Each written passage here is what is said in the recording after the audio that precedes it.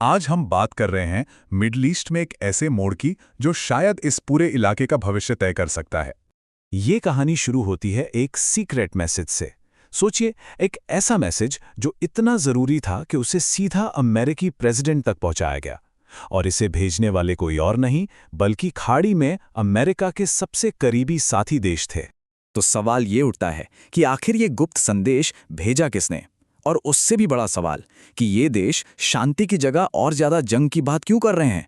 चलिए इस पूरी पहेली को परत दर परत समझते हैं। तो ये हैं वो देश, 4 ताकतवर खाड़ी देशों का एक ग्रुप, और इनका मैसेज अमेरिका के लिए बिल्कुल साफ था। ईरान के खिलाफ ये जो मिलिट्री एक्शन चल रहा है वो तब तक नहीं रुकना चाहिए जब तक वहां की हुकूमत बदल न जाए। उनके लिए ये सिर्फ एक लड़ाई जीतने की बात नहीं है। नहीं, ये एक ऐतिहासिक मौका है, एक ऐसा चांस जिससे वो इस पूरे इलाके का पावर बैलेंस हमेशा हमेशा के लिए बदल सकते हैं। लेकिन इनकी इस मांग को ठीक से समझने के लिए हमें थोड़ा पीछे जाकर इसका कॉन्टेक्स्ट देखना होगा, क्योंकि जंग तो पहले से ही चल रही है। अमेरिका ईरान पर 1 महीने से जबरदस्त हवाई हमले कर रहा है। इसके बावजूद इन देशों का मानना है कि काम अभी पूरा नहीं हुआ है। असल में उनके हिसाब से तो ये बस एक शुरुआत है। और इस पूरे संघर्ष की एक बहुत भारी मानवीय कीमत भी है। अब तक 3000 से ज्यादा लोग अपनी जान गंवा चुके हैं, और यह आंकड़ा हर गुजरते दिन के साथ बढ़ रहा है। तो ये पूरी सिचुएशन अमेरिकी प्रेसिडेंट को एक बड़े धर्म संकट में डाल देती है, एक ऐसे चौराहे पर जहां से 2 रास्ते जाते हैं। एक तरफ उनके अपने सहयोगी हैं जो जंग को और बढ़ाने का दबाव डाल रहे हैं, और दूसरी तरफ एक मौका है कि किसी तरह बातचीत से इस मसले को सुलझा लिया जाए। ये एक ऐसा फैसला है जिसके नतीजे बहुत दूर तक जाएंगे।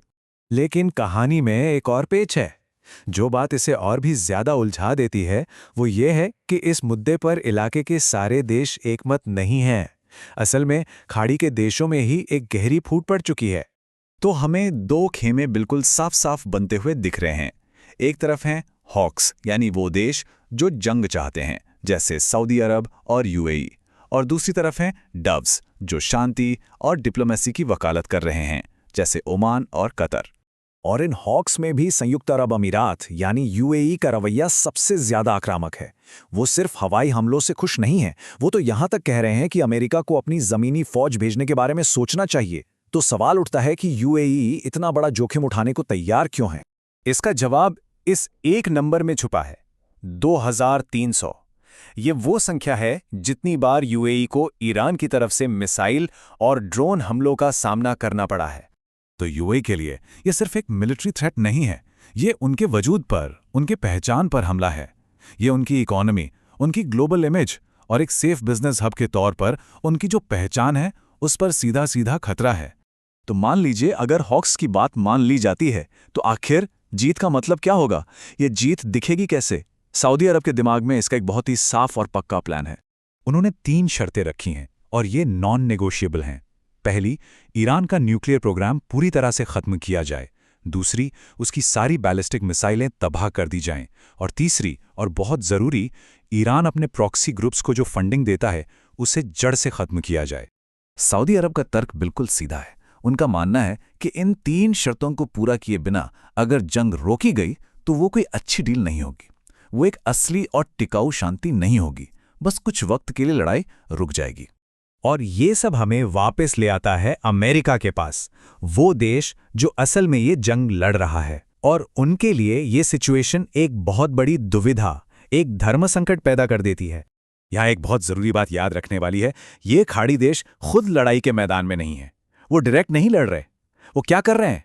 वो अमेरिकी सेना को अपने बेस इस्तेमाल करने दे रहे हैं, अपनी जमीन दे रहे हैं जहां से अमेरिका ये सारे हमले कर रहा है। तो यहाँ की जो विडंबना है उसे समझिए। एक सुपर पावर पर उसके ही सहयोगी इस बात का दबाव डाल रहे हैं कि वो एक ऐसी जंग को जारी रखे जिसे वो खुद नहीं लड़ रहे हैं, वो बस सपोर्ट कर रहे हैं, लेकिन लड़ कोई और रहा है। और ये हमें एक बहुत ही गहरे और ज़रूरी सवाल पर लाकर छोड़ देता है। जब किसी सुपर पावर को उसके सहयोगी ही युद्ध में धकेल रहे हों तो असल में कंट्रोल किसके हाथ में होता है? ये सवाल सिर्फ इस जंग का नहीं है, बल्कि आज के दौर में देशों के बीच बनते बिगड़ते रिश्तों और उन दबावों का है जो शांति और युद्ध के बड़े बड़े फैसलों को तय करते हैं।